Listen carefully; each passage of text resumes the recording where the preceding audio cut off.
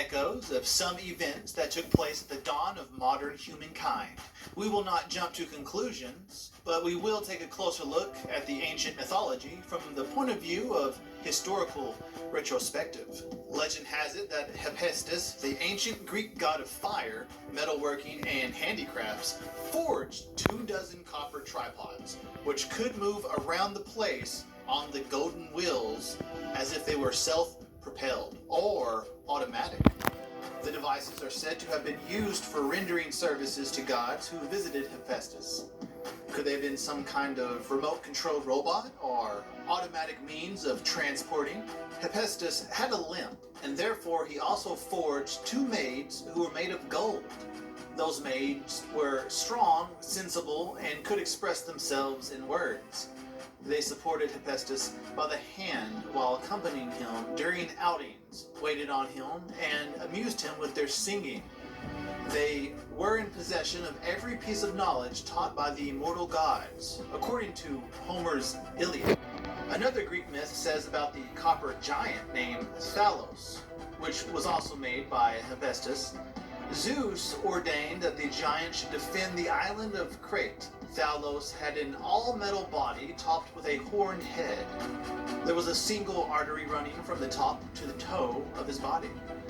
The artery was plugged with a copper nail. The copper giant patrolled the island and kept the enemy ships at bay by throwing rocks at them. He was also a mouthpiece of Minos, a king of Crete. Thalos began throwing red flame around him after the enemy invaded Crete. Thalos managed to send the enemies running. However, the sorceress Medea outsmarted the giant with the help of false visions. Then she took the plug out of the artery, and the giant's black oily blood came rushing onto the ground. As a result, Thalos' strength thinned out. Crete became extremely vulnerable to enemy attacks. In terms of technology, the following analogies fall into place if we see the story of Thalos through the eyes of the 21st century man. The black oily blood may be fuel or lube oil in a hydraulic system. The false visions may refer to a guided radar jamming designed to interfere with the robot's program, and a horned head may allude to radar antennas. It is interesting that we can find a similar description of a robot in the story of Qi Yu, the fabulous creature of ancient China. It had 4 eyes, 6 arms, or manipulators, some tridents in place of ears.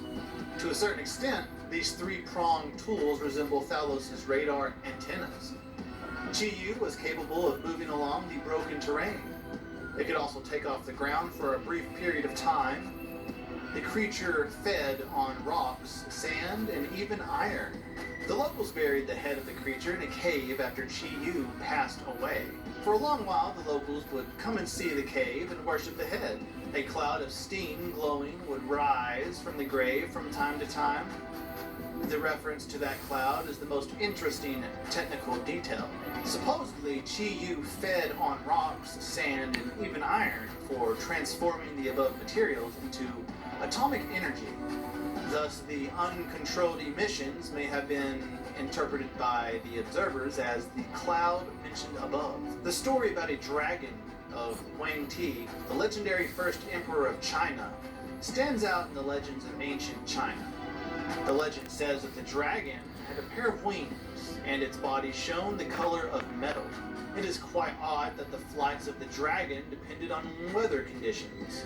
One day, the Huang Ti climbed aboard the creature, yet the latter failed to take off due to a hurricane. A really strange circumstance, since the fabulous dragons were the protectors of rain and wind. The above anomaly can be understood once we assume that the dragon stands for a prototype of some flying machine. According to the legend, the dragon killed up to 70 passengers who boarded it by climbing on its whiskers. The dragon may as well refer to a helicopter equipped with a movable gangway. Now let us get back to Greek mythology. The dragon featured in the legend of the Golden Fleece, set in Colchis, is of particular interest. The dragon stood guard over the Golden Fleece in a grove belonging to Ares, the ancient Greek king of war, or god of war. The monster had an armored body covered with copper scales, and its sinister eyes shone brightly. There were 3 rows of teeth in its mouth and a golden comb heaving on top of its head. Again, we can offer a number of modern technical terms to suit the above attributes of the legendary dragon. The shining eyes may refer to searchlights or headlights. The 3 rows of teeth may refer to a system of gear wheels. Does anyone know what the hell this is? Stand for a locator. I've never or heard antenna. of this. The dragon as a whole may be a description of some technological miracle rendered by a man of the Bronze Age. Never. We can use a number of references to back the above interpretation of the account. First, it took a sort of hypnotic action for putting the dragon to sleep. Bearing in mind the other case when Medea successfully turns the copper giant Thalos into a useless waste of space by casting some rays into his horned head. The act of hypnosis may have to do with a guided jamming session. The dragon was subdued by the magical powers of hypnosis, which made it shut its mouth, close its fiery eyes, and stretch itself out under the tree on which the golden fleece hung. In other words, Medea did the same trick one more time by emitting confusing impulses designed to disrupt the vital functions of the monster. The Greek mythology even has the account of an air battle featuring the Harpies. A harpy is a ravenous, filthy monster having a woman's head and a bird's body, of course. And Boreads. Boread is a winged son of Boreas, personification of the northern wind in Greek mythology. The account specifically mentions a horrid smell of the Harpies. It perhaps refers to the general attitude of the ancient people toward the smell of fuel. It is quite understood, since the ancients were more accustomed to smelling the fresh breeze. Quite a few people of today's age of technology still find the smell of motor gasoline or aviation gasoline repulsive. The myth of the Argonauts contains a description of a big Stymphalian birds, a flock of predaceous birds of Arcadia.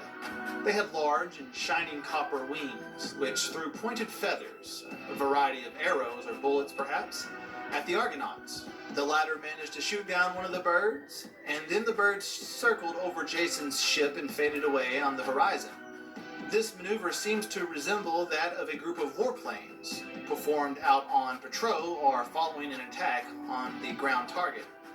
Now, according to the myth of the search for the Golden Fleece, during one of his labors, Jason was told to plow the field dedicated to Ares, using a couple of oxen having copper-plated legs and mouths that breathed fire. And 2 roaring oxen appeared and charged the hero viciously, or